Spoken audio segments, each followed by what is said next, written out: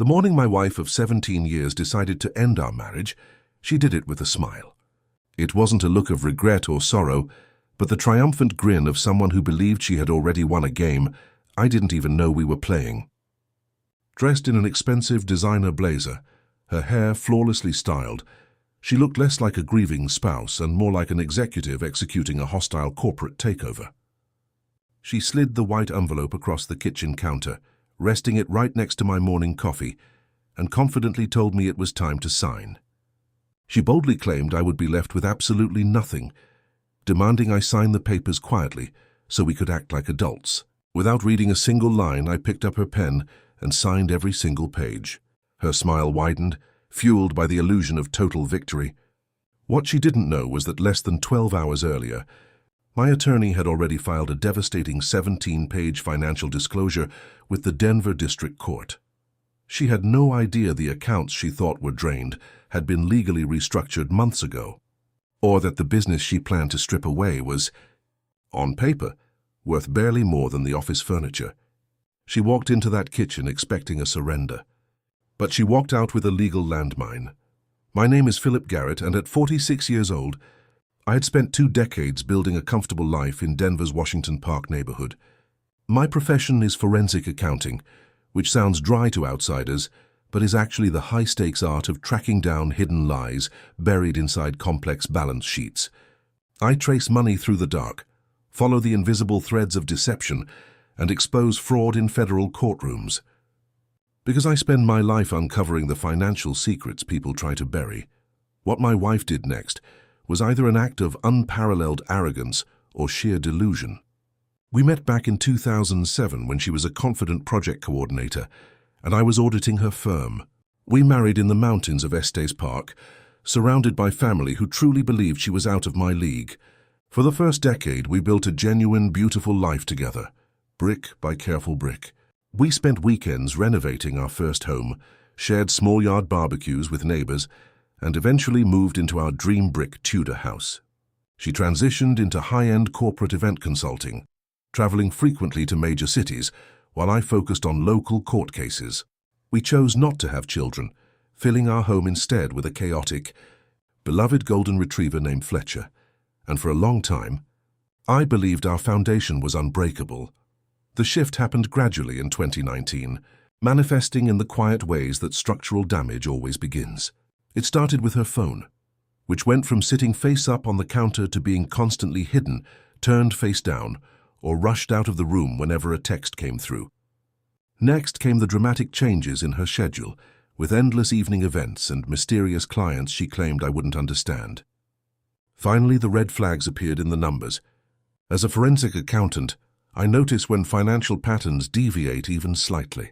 Our joint household account began receiving her monthly contributions late, and casual glimpses of her personal bank statements revealed balances that were shockingly lower than her high-flying income suggested. I kept my composure and simply watched the data accumulate.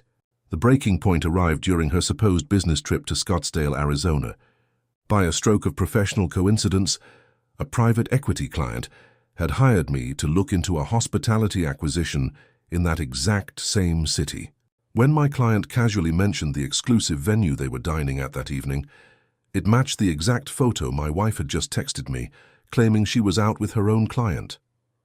In a city with hundreds of restaurants, the mathematical odds of that overlap were minuscule, and I knew right then that the marriage I thought I had was entirely a fiction. By the start of 2020, the puzzle pieces fell into place, revealing a man named Garrett Holt. He was a flashy, highly visible commercial real estate developer who loved the spotlight and leveraged massive amounts of debt to fund a luxurious lifestyle. The definitive proof landed in my lap when my wife carelessly left a printed itinerary on her desk at home, featuring his name and a specific suite number at the Four Seasons downtown written in her own handwriting. Discovering that betrayal felt like standing in a dark room where someone had quietly rearranged all the furniture. Everything was wrong, and turning on the light meant facing a harsh reality. But turning on the light is exactly what I do. I refuse to explode in rage, confront her, or make any emotional outbursts that would tip my hand. Instead, I quietly made an appointment with Daniel Forsythe, a veteran family law attorney downtown who specialized in winning cases through meticulous preparation rather than theatrical arguments.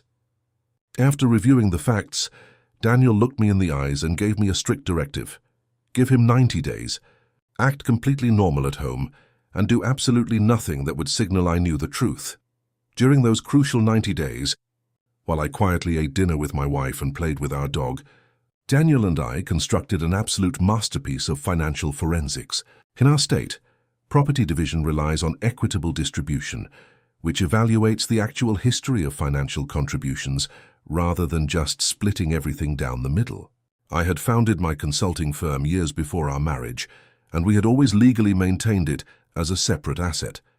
Though her attorney would eventually try to claim she had earned equity in the business by helping with a few client dinners and administrative tasks over the years, we meticulously documented those instances to prove they were entirely superficial. Furthermore, I obtained a fully certified, updated valuation of my practice that legally reflected a temporary downturn in the local market, making the business look incredibly lean on paper. When it came to our primary residence, I dug up clean 17-year-old bank records, proving the down payment had come entirely from my premarital savings, and showed that my income had heavily carried the mortgage, while her financial contributions had mysteriously plummeted. The absolute core of our legal strategy, however, was what Daniel called our ultimate weapon, the undeniable proof of asset dissipation. Over the course of 18 months, my wife had been executing a highly layered scheme to funnel massive amounts of our marital funds into a shell event planning LLC she had secretly registered. From that corporate account, she quietly moved those shared family assets directly into Garrett Holt's high-risk real estate development projects. She believed she was safely investing in a golden future with her new partner using my hard-earned money. In reality, she was legally draining the marital estate, an action that family courts penalize severely.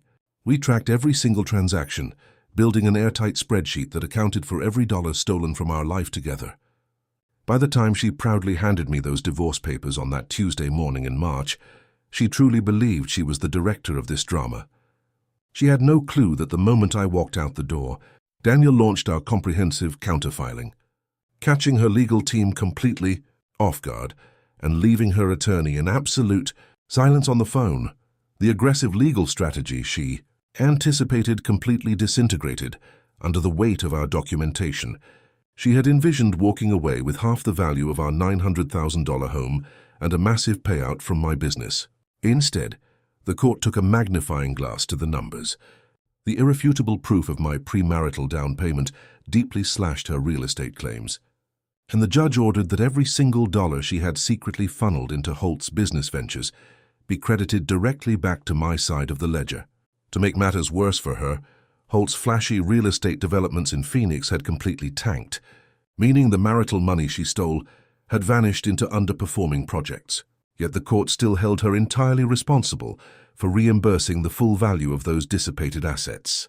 By the time the final mediation concluded after 7 grueling months, her expected fortune had dwindled to a mere fraction of her original goals. The confident, victorious smile she wore at our kitchen counter was completely erased, replaced by the crushing realization that she had completely miscalculated the entire situation. The most stunning twist of the entire ordeal came from Garrett Holt himself. Just a couple of months into the intense legal proceedings, her attorney suddenly approached us, begging for a rapid, reduced settlement because the financial strain of the lawsuit was destroying her. Through the discovery process, we learned the dark truth. The moment our forensic filing shone a bright legal spotlight on that shell LLC, it inadvertently exposed Holt's broader financial network to intense scrutiny. Other major investors in his Phoenix projects started panicking, demanding answers about missing returns and unmaterialized profits. Desperate to protect his own empire from collapsing, Holt abruptly ended his relationship with my wife and completely cast her aside. She had willingly destroyed a 17-year marriage and gambled her entire financial security on a man who abandoned her, the exact second the consequences of her own actions knocked on his door. While I took no joy in her personal ruin, The poetic justice of the financial trap she built for herself, catching her instead, was impossible to ignore. In the 2 years that have passed since the final papers were signed, the intense anger that once anchored my mornings has quietly transformed into a profound sense of peace. I survived the ultimate betrayal by relying on the exact analytical skills I spent my entire career perfecting, proving to myself that I was never helpless. After the court ordered the sale of the Washington Park house, I used my substantial share of the proceeds to purchase a beautiful modern townhouse in the Highlands neighborhood.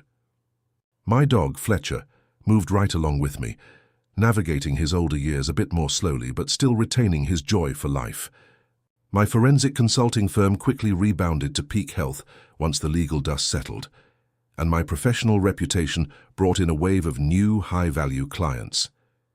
I've built a quiet, authentic life filled with long morning runs, complex recipes, and a small circle of loyal friends who bring genuine joy to my weekends. I don't view what I did as an act of calculated revenge, but rather as an act of absolute self-preservation. I simply presented the court with the unvarnished truth, allowing accountability to take its natural course. If you ever find yourself standing at the precipice of a similar betrayal, noticing the subtle shifts, the hidden phone screens, and the financial irregularities, my ultimate advice is to master your emotions. Do not give in to the immediate urge to confront your partner, because premature accusations only allow them to hide the evidence and control the narrative. Instead, remain completely silent and document absolutely everything. Gather the bank statements, record the timelines, and protect the data before it can be erased.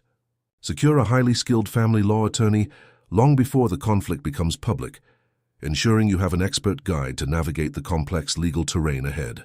Above all, find a way to take care of your mind and body while the machinery of your old life is being systematically dismantled. I will never forget sitting on a park bench during the height of the autumn litigation, watching a young child learn to walk, stumbling repeatedly, but always getting back up to try again. That is the exact essence of rebuilding your life from the ground up. You take whatever pieces you have left, rely on your strengths, trust the process, and step forward into a future that is entirely your own.